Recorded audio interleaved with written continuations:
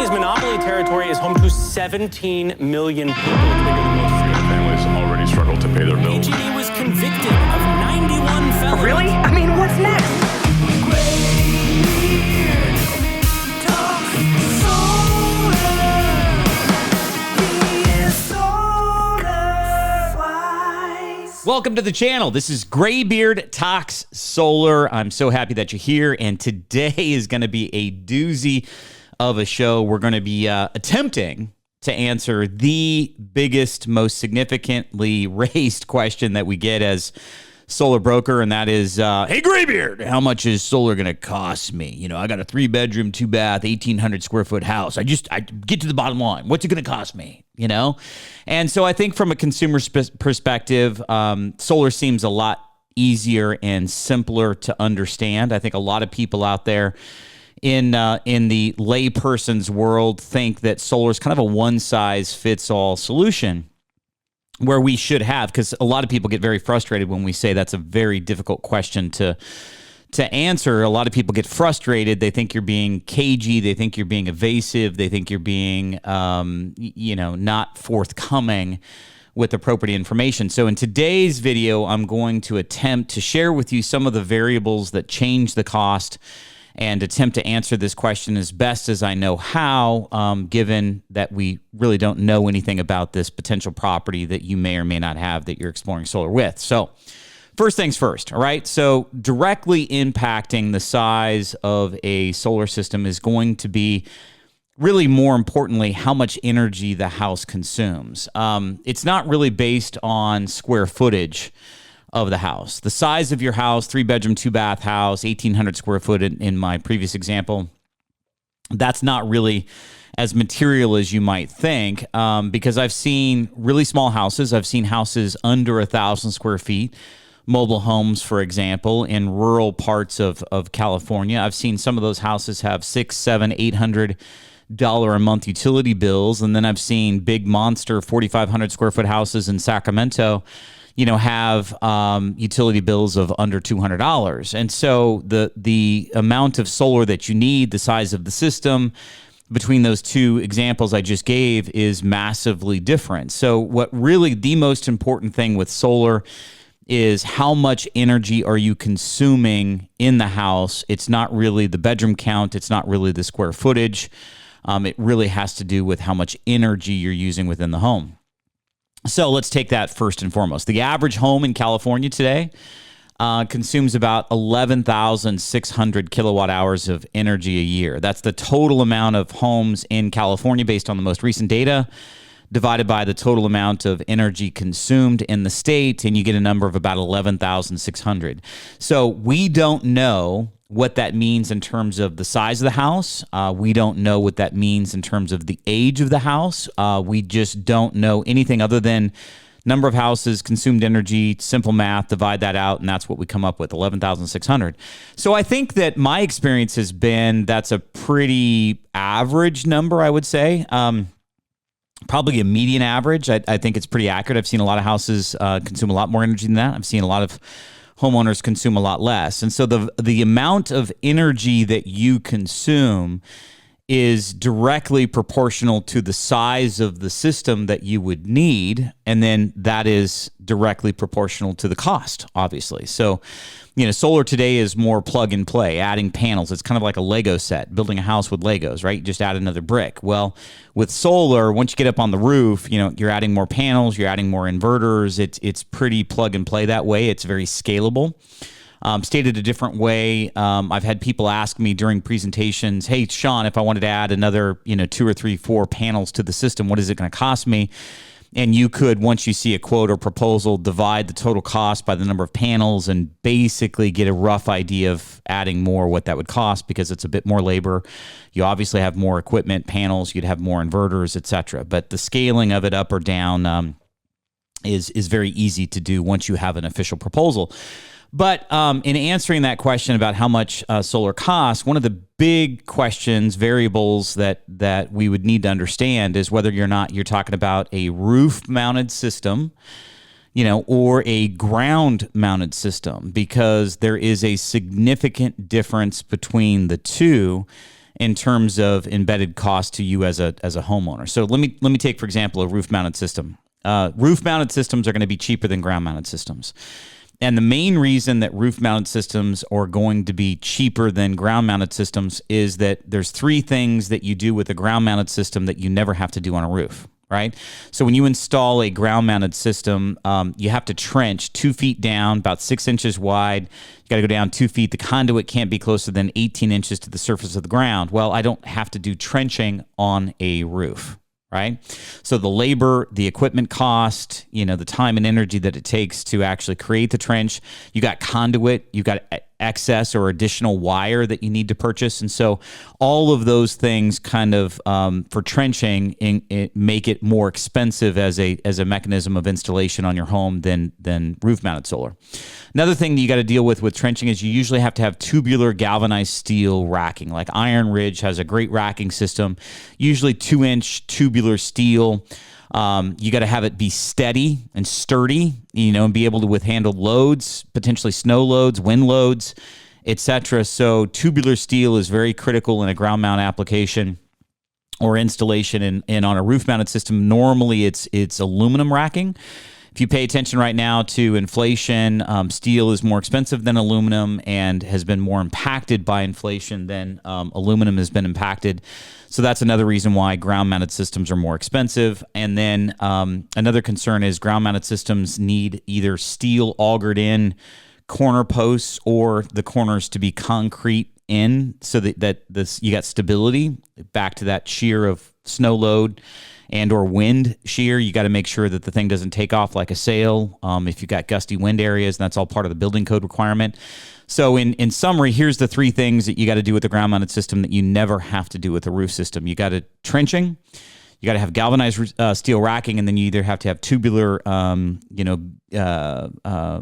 in anchored posts and or concrete, which you don't have to worry about on a roof-mounted system. So here's the one thing I will say. Amongst our installers, I've gone through about 30 different solar installation companies to try to find 11 really good ones that work in different parts of the state of California and obviously service different needs, off-grid systems, ground-mounted systems, commercial systems, etc. But generally speaking, here's a rough rule of thumb. A ground-mounted system is going to add probably roughly 75 cents to $1 a watt more expense to your actual installation of solar versus the roof-mounted equivalent. So to give you some context, let's take a 20-panel system. Let's say each panel is 400 watts. So 20 times 400 means it's an 8,000-watt system. Or an 8 kW is what we say in our industry. So an 8 kW system, 8,000 watts. So a ground mount system, if you were going to do a ground mount system, that would add about $8,000 worth of cost at $1 a watt of expense for the ground mount. And again, that includes trenching, wire, conduit, labor, steel, and then potentially concrete or the augered in corners. So just think about that as an additional cost beyond what a roof-mounted system might cost you in comparison, right? So $1 a watt, 75 cents to $1 a watt is pretty standard within the industry. So first question is, relative to the cost of solar, is are you looking at a roof mount or are you looking at a ground-mounted system? The other thing that I want to bring to your attention is not all roofs are the same. The cheapest roof to install on right now would be a comp shingle roof. So a base solar package, roof mounted, whatever pricing we get from an installer, that's going to usually mean a comp shingle roof equivalent. But let me give you an example. Let's say you've got tile, cement tile. That usually for most installers is about a 10 cent per watt adder. So back to that prior example of an 8,000 watt system, if you have an 8,000 watt system that you're trying to install on the roof and you've got cement tile, 10 cents a watt additional expense, that would be an extra $800 to install on a cement tile roof for that particular system versus, let's say, comp shingle. Now, you get into some really fancy metal roofs, stone-coated metal, for example. That can be as much as 25 to 40 cents a watt extra expense because now you're dealing with a very specific type of roof. It's very expensive. Stone-coated metal roof looks like a shake roof, okay? but it's not. It's metal. And much more complicated, takes more time labor-wise to install, and so that creates added expense for the installation company. Their install timeline is going to be longer, their crew cost is going to be more significant, and that comes in a cost per watt example, like I mentioned before. Another variable to potentially consider in terms of the size of the system is a lot of people say, hey, my neighbor had 20 panels, how much would it cost for me to get 20 panels? It has everything to do with going back to the original example I gave you. How much energy are you consuming in the home? Because once we have a system built for you, a proposal system built for you, it takes into account the exact roof orientation of your home. And it also takes into account your particular consumption of energy in that home, right? So when it comes to installing, let's say we're going to install on a comp shingle roof, but you've got a neighbor that's got 20 panels. You might think that your system should be a 20 panel system too because your neighbor's system is 20 panels. Well, you might be using a lot more energy because your temperature preferences are more aggressive than them. For example, you want it colder in the summer, or you want it hotter in the winter, or you use energy later in the evening time where that particular homeowner is home throughout the day or works from home or maybe retired, so they're using less energy. So you can't make the assumption just because a friend or a neighbor of yours has a similarly sized house or even a house on the same street that is the exact same model as yours, that does not mean that their cost is going to be the same as your cost. Which brings me to what our experience has been working with a whole bunch of different installers in the industry. So a couple of lessons that we've learned as solar brokers working with almost 30 different installers over the past almost 5 years. Let's break installers down into 3 different size categories. So let's talk about small guys, mid-sized guys, and then large guys, okay? So I would define a small solar installation company as a company that maybe installs less than 250 systems per month, residential solar systems per month, 250 or less. That's a small guy. I mean, there's a lot of companies out there that do 30, 50, 80, 100. But I'd say under 250 puts them in a small category, and then the less they do under that 250 mark, the more exposed they are to what I'm about to say. Our experience has been the small guys tend to be more expensive as a price point or a cost per watt for what they sell than mid-size or potentially even large-size companies because they don't really have the benefit of economies of scale. So think of it this way. If it's a small local company regionally close to you that maybe does 50 systems a month, that's their volume. Decent volume, but in the world of solar, really a small company. So that company doesn't have the ability to buy panels, like 5,000 panels in bulk, like a bigger company might, or the ability to buy let's say 500 batteries at a whack to get better pricing on the batteries. So smaller companies tend to be more exposed to higher manufacturing purchase costs for the equipment that they source because they don't have the benefit of being able to buy in bulk like bigger companies can, right? So our experience has been some of these guys are the more expensive of the 3 different categories. But the second most expensive, or sometimes the most expensive as a contrast to that, is the biggest guys out there. So for example, take any company, for example, Sunrun in California.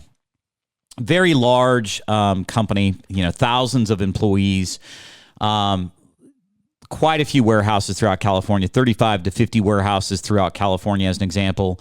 What does it cost to pay rent on those warehouses? What does it cost to keep track of their inventory? What kind of warehouse folks do they have to manage that inventory and make sure that they've got available product and supply to do the installations? How many folks in the home office or regional offices that have to deal with permitting and all the intricacies of getting the actual solar project permitted and installed? How many of those folks are working? You have a lot of labor cost. And you have a lot of real estate cost with some of those big companies. And that's also one of the biggest challenges. Some of the biggest companies that you've heard of, Infinity Energy, for example, SunPower is another one. Major companies, Vivint, tried it, there's a name of a company that's escaping me right now. It was on the tip of my tongue, and as I went to say it, it just went away. But you get the point. So the biggest companies out there have been some of the ones most recently in late 2023 and 2024 to fail because they have these huge expense. They have a lot of cost to do business, and solar is a very low margin business. So, which brings me to kind of our sweet spot as solar brokers. We like the mid-size guys. My experience has been the mid-size guys, the guys that do at least 250 installs per month, maybe up to 500 installs per month as a concentration or as a volume of their business. Those guys are big enough to get the benefit of economies of scale, but not so big that you're just another name and number, not so big that they've got thousands of employees or 50 warehouses throughout California. And I've found that their pricing, their per watt pricing, which is how solar is usually priced, to a consumer, their per watt pricing has been the best. We see the best value and the best equipment and the best pricing from the mid-size guys, right? So that's a food for thought tip. What does that pricing mean? I mean, realistically, the cost of goods to install a system, we could see pricing in the $300 to $350 range per watt for them for a cost of goods to do the permitting, to do the labor, to do the cost, to do all of that stuff and in between, not accounting for some other property intricacies. So, for example, what type of roof are you mounting on? Is it a ground-mounted system? Talking about batteries, for example, that doesn't include battery storage. So let's talk about batteries just for a moment. The big question with batteries is what type of battery do you want, and then what manufacturer of battery, because that can be a huge embedded cost difference for solar and the overall price that you would pay for a system. So when the big NEM change happened, so NEM 2 to NEM 3, which happened in April of 2023, when that change occurred, there really were two different variations of batteries that were born out of that change. Batteries that provide backup power to the home in the event of a power loss, and they store excess energy as part of the solar system on a daily basis. And then batteries that only store the excess energy, but they don't provide backup power to the home in the event of a power loss, which is a great advantage if you're in a more, let's say urban area or suburban area where power loss is infrequent for you, not very common. Then it's better to have a battery that costs you less because you don't really see the value of it providing power for you because you just don't lose power very often, right? So the difference between a battery that provides backup power and a battery that we call a cost savings battery that does not provide backup power could be $6,000 to $8,000 of difference between the two. And depends on the number of batteries. So here's another food for thought question that I would ponder or tender to you. If you're a heavy evening user, do you use a lot of power in the evening time? Between the hours of, let's say, 6 and midnight. If you're a heavy evening time consumer of energy, then you're going to benefit more from battery storage than somebody, let's say, that works from home or that maybe is retired that doesn't use a ton of energy in the evening time. Those folks can deal with a solar system that maybe has fewer batteries than can a heavy evening time consumer, because batteries are really the darkness bridge for you on solar. They bridge sundown when solar stops working with sun up when solar starts working again. So the cost of a solar system for you is entirely dependent on, again, how valuable is backup capable batteries for you? How much energy do you use in the evening? Do you need one battery? For example, right now, cost savings batteries, we can generally get two of them, depending on the installer, for somewhere between $8,000 and $10,000. But if you wanted a full backup capable, for example, like a Tesla Powerwall, installed cost of a Tesla Powerwall is $12,000 to $14,000 as an example, as a contrast between the two. So that just gives you some sort of an idea of what's going on right now within the industry. And we are expecting that pricing to potentially increase, especially if Trump takes office and starts wielding the sword of tariffs, throughout the world, because a lot of solar componentry is made in other parts of the world. And so tariffs would negatively affect the value or cost of bringing that equipment back into the United States to make it available to you. So that's another question in the mix. Lastly, I really want to touch on a more complicated equation in this, and that has to do with financing. Right now, financing in solar can make solar a lot more expensive than what you might imagine it to be, and you might not even realize that this was the case. And so, simply stated, the best ROI and the cheapest solar that you're ever going to buy would be writing a check for it, cash. That's always going to be the cheapest option for you, because when you factor in a 30% federal income tax credit benefit, that really helps to take, 30% or almost a third of the cost out of the realm of your concern. It's going to be funded especially by, tax incentives and a tax credit. And a tax credit benefit is far more valuable to you than something that gives you a tax deduction benefit. A tax credit benefit gives you a dollar for dollar offset of taxes owed, whereas a deduction allows you to reduce your income, and then as a consequence of reduced income, you pay less tax, but it's not a dollar for dollar offset. So paying cash is the best option. But back to financing. So here's something that you probably won't hear from many other folks out there in solar, and it has to do with financing and something called dealer fees. So for context, I want you to anchor to this idea. Hopefully, if you're watching this video and you've purchased a house before, if you've ever understood buying down a mortgage or buying down an interest rate. The idea is that you incentivize the bank by giving them money to give you a lower cost of interest.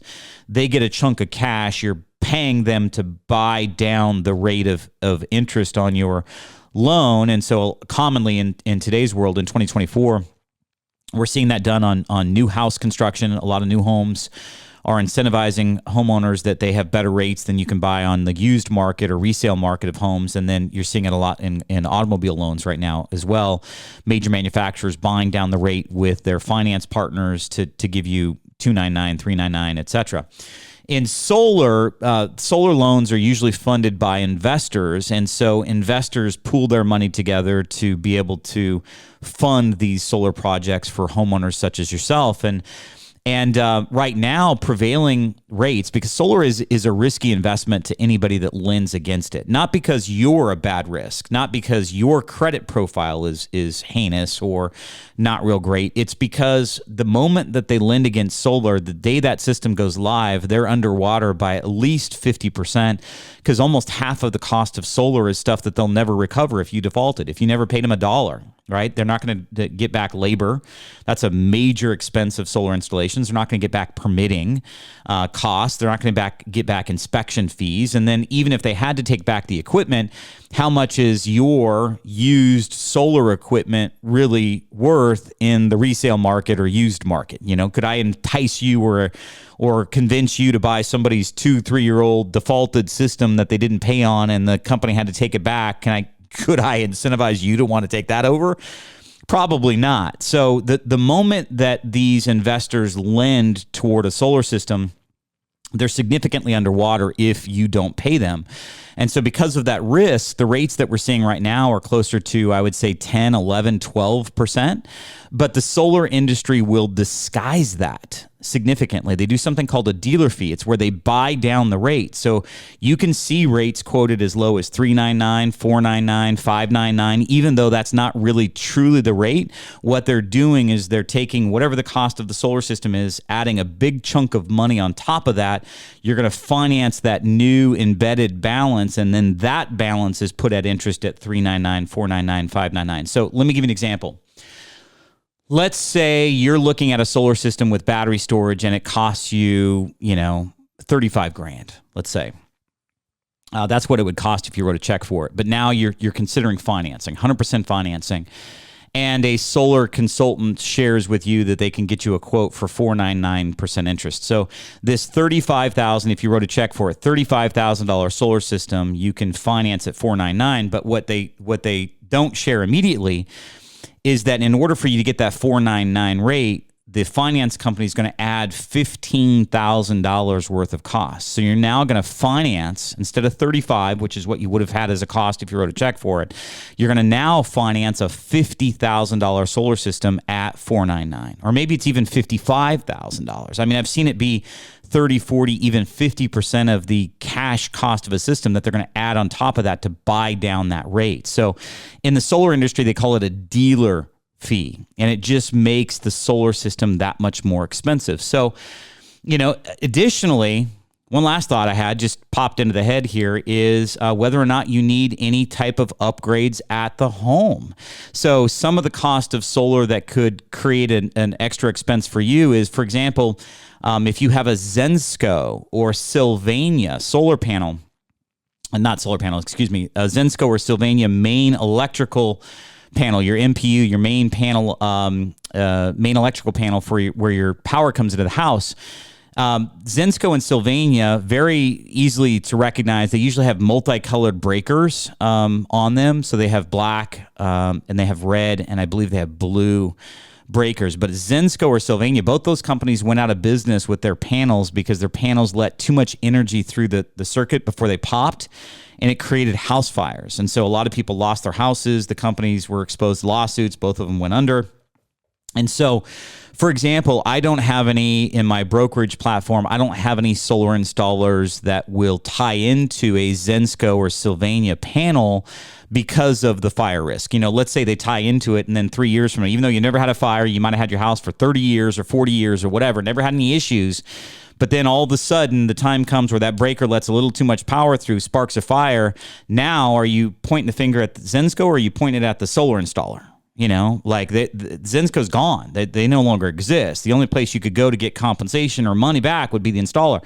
So that's why installers will not tie into Zensko or Sylvania panels. And so, you know, the cost of upgrades at the house to prepare your house for solar, those are variables that we can't know in this particular moment. So all of this is to say that the cost of solar is a very complex equation. That's why it's really incumbent upon you and whoever you're dealing with to get some quotes, to get some options, to have some people take a look at the property, to look at it from a bird's eye view, satellite imagery, and then also ask you a ton of questions about the age of the home, type of panel that you have, roof mount, ground mount, roof orientation, all of that stuff.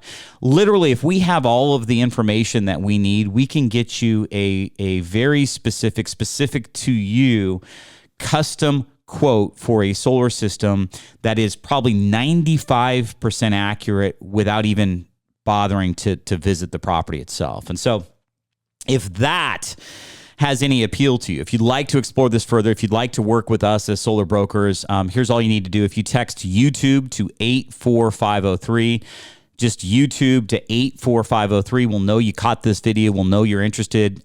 We don't hard sell you. We don't press you. We don't have any of that stuff.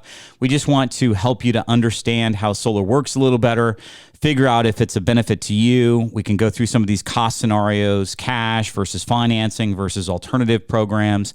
And to take part in that, or to at least start that process, just text YouTube to 84503. And let me just say, thanks for watching the Greybeard Talks Solar channel, where a little wisdom goes a long way toward turning sunshine into serious savings for you. Don't forget to smash the like, subscribe, and share buttons. Stay charged, stay informed, and keep shining. Peace. Thanks for listening to SolarWise. Greybeard Talks Solar. Please visit our website, solarwiseco.com, to learn more. And we will see you next time on SolarWise.